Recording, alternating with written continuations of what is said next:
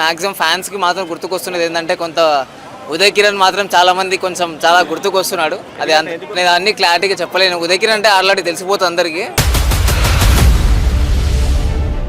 నేను ఫస్ట్ ఫోన్లో చూశాను భయ్య. అది నాకు నా ఫ్రెండ్ చెప్పగానే నేను నా ఫ్రెండ్స్ అందరూ కొంచెం వెళ్ళాము. ఇంటి దగ్గరికి వెళ్ళంగానే మొత్తం పగలగొట్టేశారు. మొత్తం గలీజ్గా మట్టి గిట్టి మొత్తం పడి ఉంది ఇంటి ముందర. అసలుకి అది వాళ్ళు ఏంటి భయ్య ఓ చేసిన ఏంటది వాళ్ళు అసలుకి వాళ్ళు ఎవరు కూడా నేను ఇంతవరకు ఆ పేరు వినలేదు. నేను అసలు ఎప్పుడు పేరు వినలేదు. నాకు తెలిసింది కదా భయ్య ఏం నడుస్తుంది బయట అంతా ఆపోజిట్ ట్రోలింగ్స్ అంతా అది కావాలనే చేస్తారని నేను అనుకుంటున్నా. కానీ ఎవరు చేస్తారో నాకు తెలియదు. వాళ్ళు అరెస్ట్ చేశారు, బెయిల్ కూడా వెంటనే వచ్చేసింది వాళ్ళకి. దాన్ని ఏ విధంగా చూడొచ్చు? పైన ఎవరున్నారు భయ్య? ఆయన నేను చెప్పట్లేదు, కానీ అందరికి తెలుసు. ఆయన పేరు తీయడం చెప్పడం ఎందుకు నాకు. నేను వాళ్ళే అని చెప్పేసి నేను అనట్లేదు, అయ్యుండొచ్చు అని చెప్పేసి నేను అంటున్నా. కానీ మ్యాక్సిమం అయితే దీంట్లో అది ఫ్యామిలీ కానీ లేదంటే పొలిటికల్ కానీ మాత్రం కుట్ర మాత్రం కంపల్సరీ ఉంది. మ్యాక్సిమం ఫ్యాన్స్కి మాత్రం గుర్తుకొస్తున్నది ఏంటంటే కొంత ఉదయ్ కిరణ్ మాత్రం చాలా మంది కొంచెం చాలా గుర్తుకొస్తున్నాడు. అది ఇంకా మీకు తెలిసిందే కదా, అందరికి తెలిసి ఉంటుంది. నేను అన్ని క్లారిటీగా చెప్పలేను. ఉదయ్ కిరణ్ అంటే ఆల్రెడీ తెలిసిపోతుంది అందరికీ అతను ఎలా ఇదైపోయాడు అనేది. ఇంకా దాన్ని బట్టి మీరు అర్థం చేసుకోవాలి. అల్లు అర్జున్ ఏం అబద్ధాలు చెప్పాడు భయ్య. మళ్ళీ ఒక అతను చెప్పాడు కదా నేనేం చెప్పలేదు అని చెప్పేసి మీకే తెలియదని చెప్పాడు కదా అతనేమో డైరెక్ట్ అసెంబ్లీ మొత్తం చేసేసాడు. ఇట్లా ఇలా ఇలా చేసినాం అది అని చెప్పేసి. అంటే ఇప్పుడు ఉదయ్ కిరణ్ ఇష్యూ తీశారు అంటే సినీ ఇండస్ట్రీ పెద్దలు ఎవరైనా ఉన్నారనుకోవచ్చా ఈ ఇష్యూలో? అయ్యుండొచ్చు. నాకు ఇప్పుడు ఒక మనిషి మంచిగా ఎదుగుతున్నాడు అంటే పక్కన ఓట్స్ లేని వాళ్ళు చాలామంది ఉంటారు.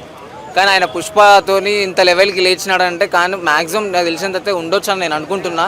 కానీ అది ఏది నిజమో ఏది అబద్ధం అసలు నాకు తెలియదు. నేనైతే అయ్యుండొచ్చు అని చెప్పేసి నేను అనుకుంటున్నా. మొత్తానికి ఇష్యూ ఇప్పుడు క్లోజ్ కావాలంటే ఏంటి జరగాలి? ఇప్పుడు మళ్ళీ అరెస్ట్ చేద్దామని కూడా మళ్ళీ లేదు భయ్య. ఈసారి అయితే మళ్ళీ జైలుకి వెళ్తానని చెప్పేసి నేను అనుకోవట్లేదు. ఇదే ఇంట్రెస్ట్ గవర్నమెంట్ ఆయన మీద పెట్టే బదులు ఆ పిల్లల మీద పెడితే సరిపోతుంది. మేము ఇది చేసాం, మేము అది చేసాం, మేము డబ్బులు ఇవ్వాలి. నిన్న వాళ్ళు పోయి చేసి వాళ్ళు 25 crores ఏదో ఇవ్వాలి వాళ్ళని చెప్పేసి అన్నారు. ఒకటి అడిగితే అతను ఇస్తాడు, కానీ మంచిగా అడిగితే ఇస్తారు. ఆయన నేను ఇయ్యని అని చెప్పేసి అతను చెప్పట్లేదు అంతే.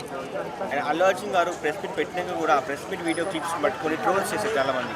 చేసుకొని భయ అతను మళ్ళీ ఆ వాటర్ బాటిల్ అది అయినాడని చెప్పేసి ఏదో బీజంలో వేస్తున్నారు, ఏదేదో వేస్తున్నారు. అసలుకి ట్రోలింగ్స్ ఏదో వేస్తున్నారు భయ. అసలు నాకు అర్థం కావాలి. అల్లు అర్జున్ టార్గెట్ చేసింది రాజకీయ వ్యక్తుల, సినిమా వ్యక్తుల? ఇద్దరు అయ్యుండొచ్చు. ఎవరో మాత్రం అది మ్యాక్సిమం అయితే ఎవరికి కన్ఫర్మ్ లేదు. దీని మీద నేనైతే ఏపీ పాలిటిక్స్ అసలుకి ఇన్వాల్వ్ లేదనుకుంటున్నా భయ్య. నాకు తెలిసినంత మొన్న పవన్ కళ్యాణ్ గారు కూడా మొన్న టికెట్స్కి చాలా హెల్ప్ చేశారు ఆంధ్రాలో సపోర్టింగ్కి. చిరంజీవి గారు కూడా బయటికి రాలేదు, మాట్లాడతలేదు. చాలా మంది రామ్ చరణ్ గారు రాలేదు, సాయిధరం తేజ్ రాలేదు. మెగా ఫ్యామిలీ ఎవరు కూడా సైలెంట్గా ఉన్నారు. అలా ఫ్యామిలీ సిచ్యువేషన్స్ మనకు తెలియదు భయ్య. నాగబాబు గారు అయితే ఒకసారి ఇచ్చారు ట్విట్టర్లో. తర్వాత మళ్ళీ పవన్ కళ్యాణ్ దీంట్లో అతను బిజీలో ఉన్నాడు. అతను ఆంధ్ర డిప్యూటీ సీఎం ఇప్పుడు ప్రజెంట్. అతను స్థాయిలో ఉండి మరి సొంత అల్లుడికి ఇట్లా జరుగుతున్నప్పుడు మరి ఏం చేయలేకపోతున్నాడు.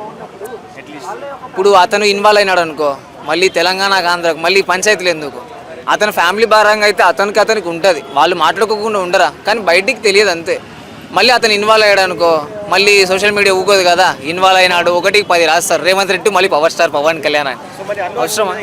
ట్రోల్ చేసే వాళ్ళకి అయితే నేను ఒకటే చెప్తున్నా భయ్య, ప్లీజ్ ఇలాంటివన్నీ వేసుకోకండి ప్లీజ్. Time waste.